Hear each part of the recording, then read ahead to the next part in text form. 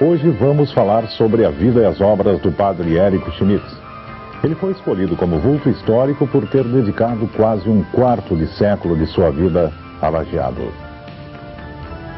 Dentre 12 irmãos, Érico é o quinto filho de José Luiz Schmitz e Otília Margarida Angst.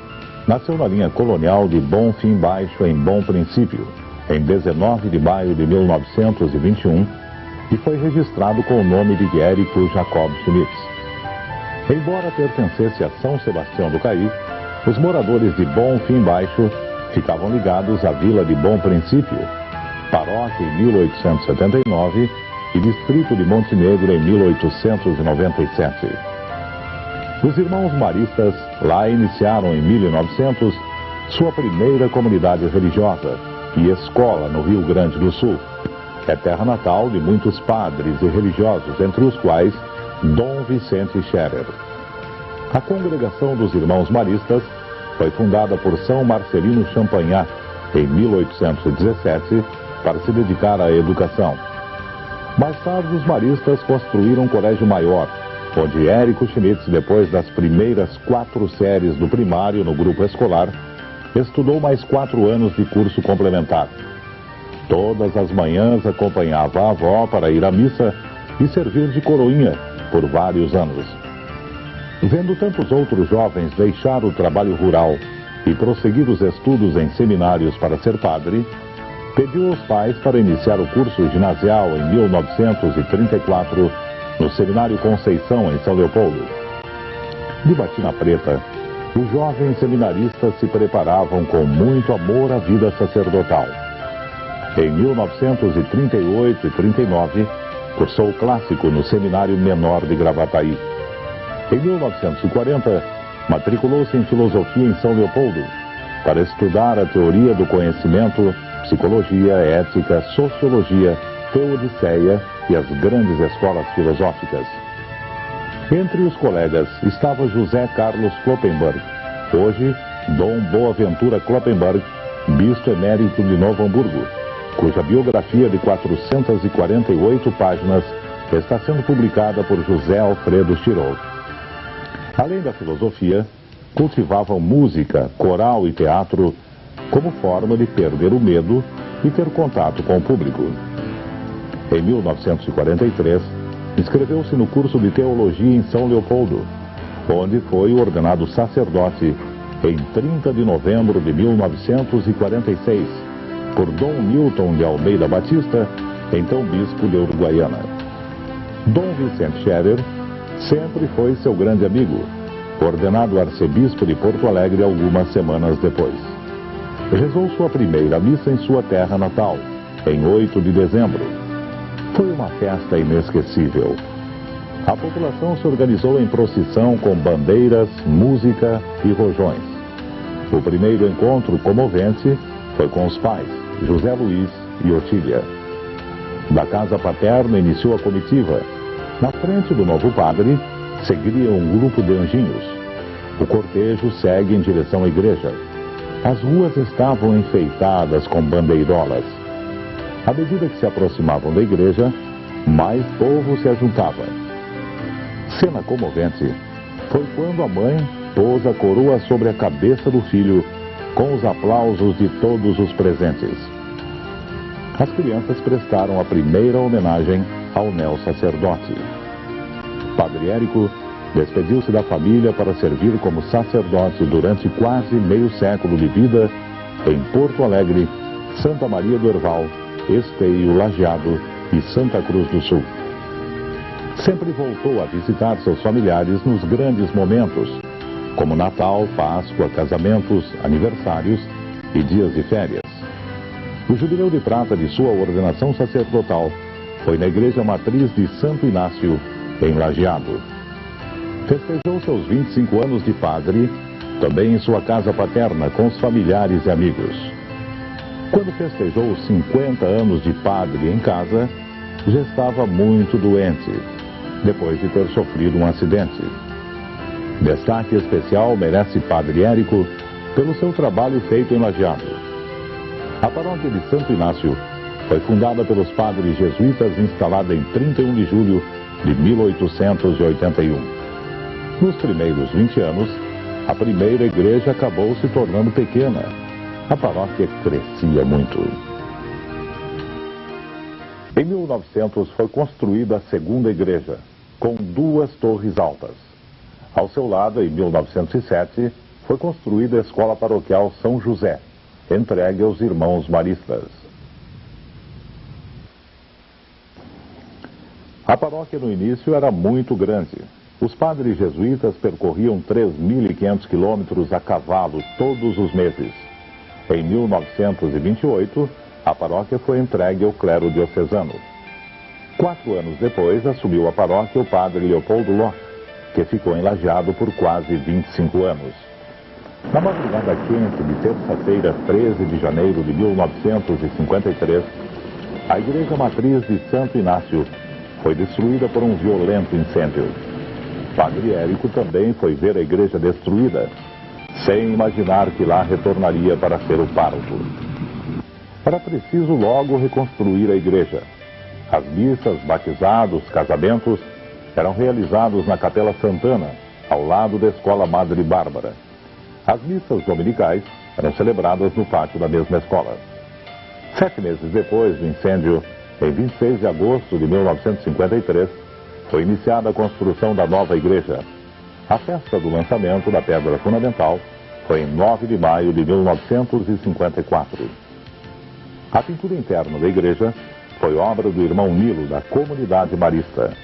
O padre escolheu as cenas do Coro dos Anjos, da Anunciação de Nossa Senhora, no Nascimento de Cristo, e o maior quadro da Crucificação. Um dos sonhos do pároco foi adornar o presbitério da igreja com 36 anjos adoradores, cuja galeria foi inaugurada em 2 de outubro de 1955.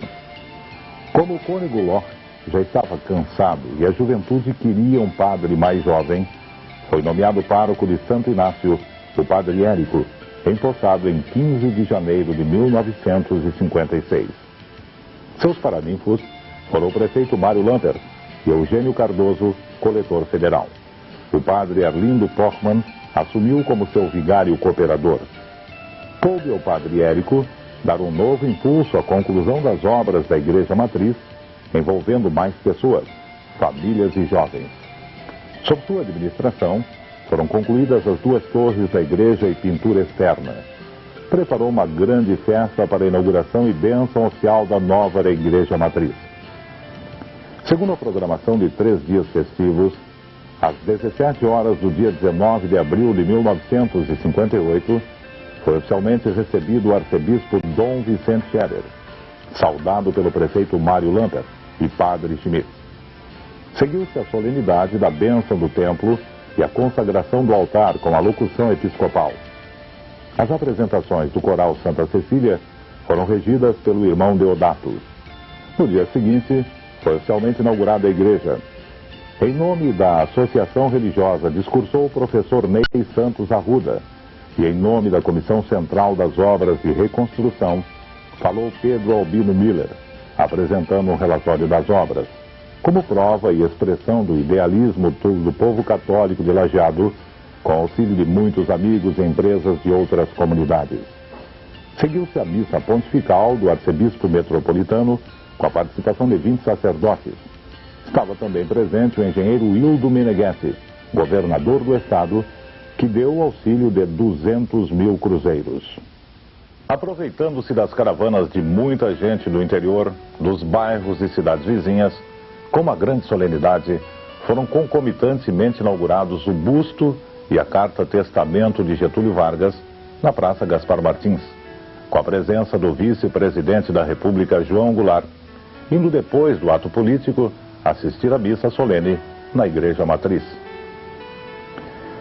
A Igreja Matriz de Santo Inácio é um verdadeiro cartão de visitas e um dos pontos turísticos mais visitados no Vale do Taquari.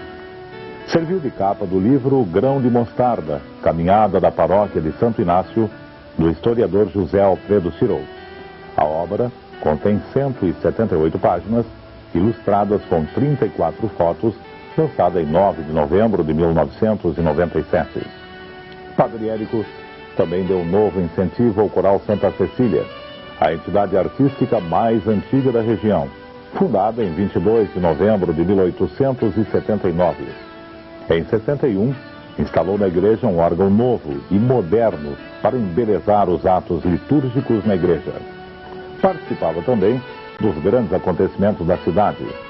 Em 15 de março de 1956, deu a bênção de inauguração da fábrica de azeite BBC Bruno Borne e Companhia, mais conhecida depois por Olvebra. Em 19 de dezembro de 1965, deu a bênção do lançamento da pedra fundamental do Parque da Fenal.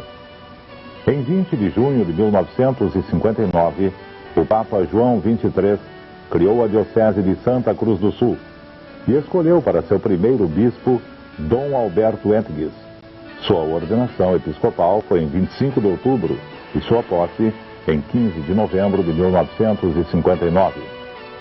Concluídas as obras da igreja, Padre Érico liderou o movimento para ser construído o pavilhão paroquial, onde foi montado o ginásio esportivo e área coberta para festas sociais da paróquia.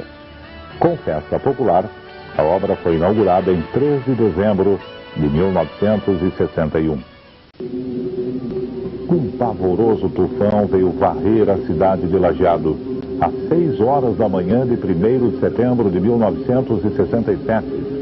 Dezenas de casas e prédios foram destelhados. O pavilhão da Fenal ficou com as paredes em pé. Muitas árvores, postes de luz, rede telefônica, telhas de zinco e brasilite se espalharam pelas ruas e calçadas. Uma trágica estatística contabilizou 5 mortes, 122 feridos, além de dezenas de desabrigados. O pavilhão paroquial foi destruído, mas o Padre Érico preocupou-se primeiro com os desabrigados. As vilas mais pobres foram atingidas. Já antes do tufão, Padre Érico se preocupou com as péssimas condições de moradia de grande parte da população de Lajeado. Em 1957, o Clube da Boa Vontade foi transformado em instituição de Casa Popular Lajeadense. Na ata da Assembleia, Padre Érico destacou a necessidade de uma união de esforços para a conquista de um ideal maior, a construção de casas populares aos pobres, que poderiam abrir aos necessitados horizontes novos, de melhor vida e de reajustamento social. Depois de se integrar ao movimento de reconstrução de casas populares, empenhou-se Padre Érico no reerguimento do ginásio esportivo, reinaugurando o pavilhão em dezembro de 1971, mais conhecido por Salão Centenário desde 1981. Já naquele tempo, Padre Érico dava amparo às pessoas da terceira idade, promovendo encontros e festas com as vovós. Entre as lideranças se destacava Otília Miller. Em 4 de fevereiro de 1979, o Padre Marino Bon foi empossado como novo pároco da paróquia de Santo Inácio. Embora fosse transferido para Santa Cruz do Sul, Padre Érico continuou a lecionar na FATS. Esse assunto será enfocado no próximo programa. O Padre Érico é muito amigo meu, realmente porque eu fui presidente da comunidade, nós reorganizamos a comunidade, a primeira secretaria também, eu que organizei com a diretoria os 25 anos de sacerdócio, onde houve a presença de 500 pessoas nesse jantar festivo. O movimento familiar cristão, onde ele vinha às reuniões, nas casas, nas famílias, todos os meses, e nos acompanhava, nos incentivava, nos ensinava como educar as crianças, como cuidar delas, fazia piqueniques conosco.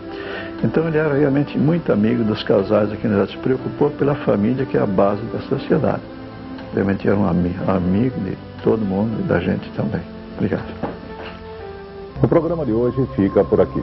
Uma boa noite e até o próximo.